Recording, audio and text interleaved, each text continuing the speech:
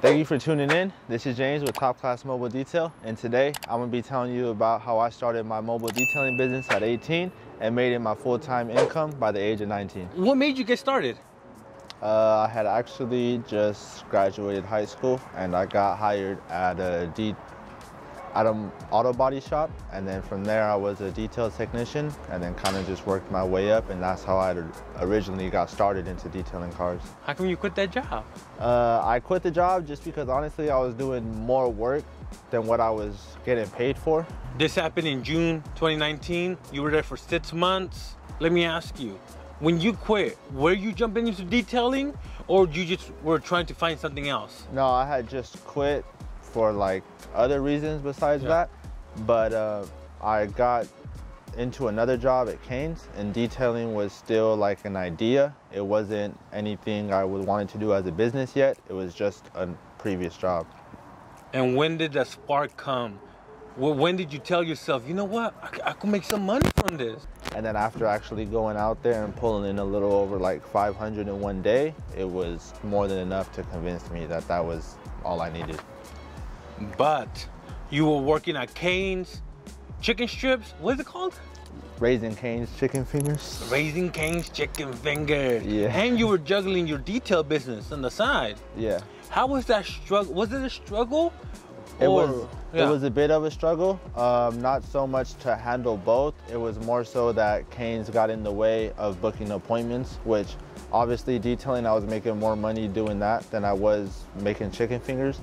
So it would be a little upsetting that I couldn't go and handle these appointments and take on, you know, more clients because of work. What made you want to quit Kane's? Like, what was it when you had a big order and you had to let it go? The homie. No, I was... like that day you decided, I'm quitting today. So originally I had a talk with one of my friends, and he was telling me if I don't make the jump, then I'm never gonna know really what's gonna happen.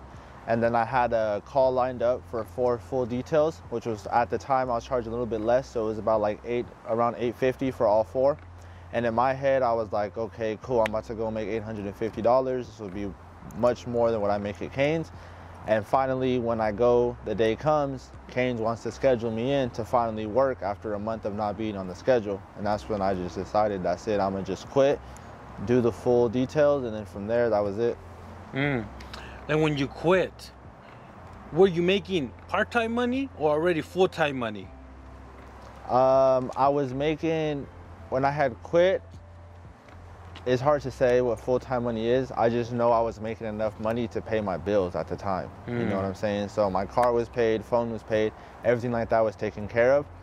But I would say I was making about part-time to full-time depending on how busy it was that I got. What were some of those early struggles you were going through?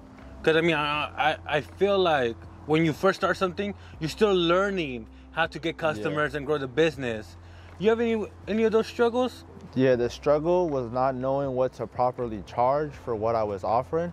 And I would say another struggle was knowing how to talk to customers with the confidence that you know what you're doing and you know the outcome that you're gonna get with it, instead of talking to them and stuttering and just kind of having to make something up on the spot.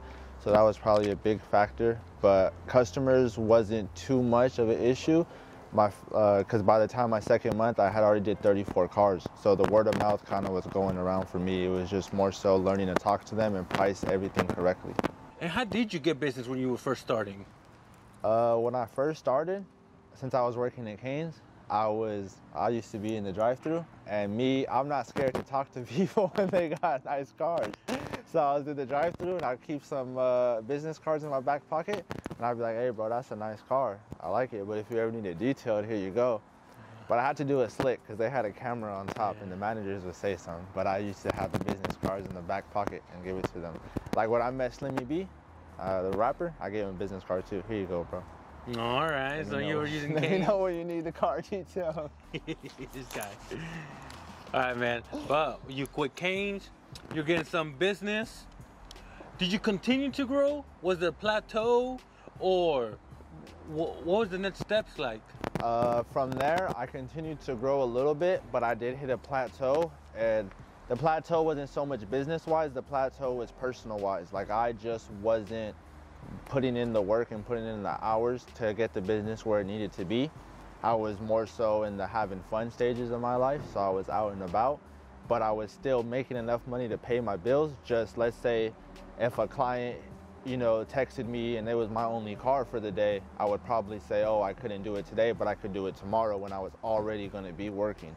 So the mentality was a bit different from what it is now. So now, even if it's just one car, I still get up and go do it, compared to back then when I was just, you know, being more lazy.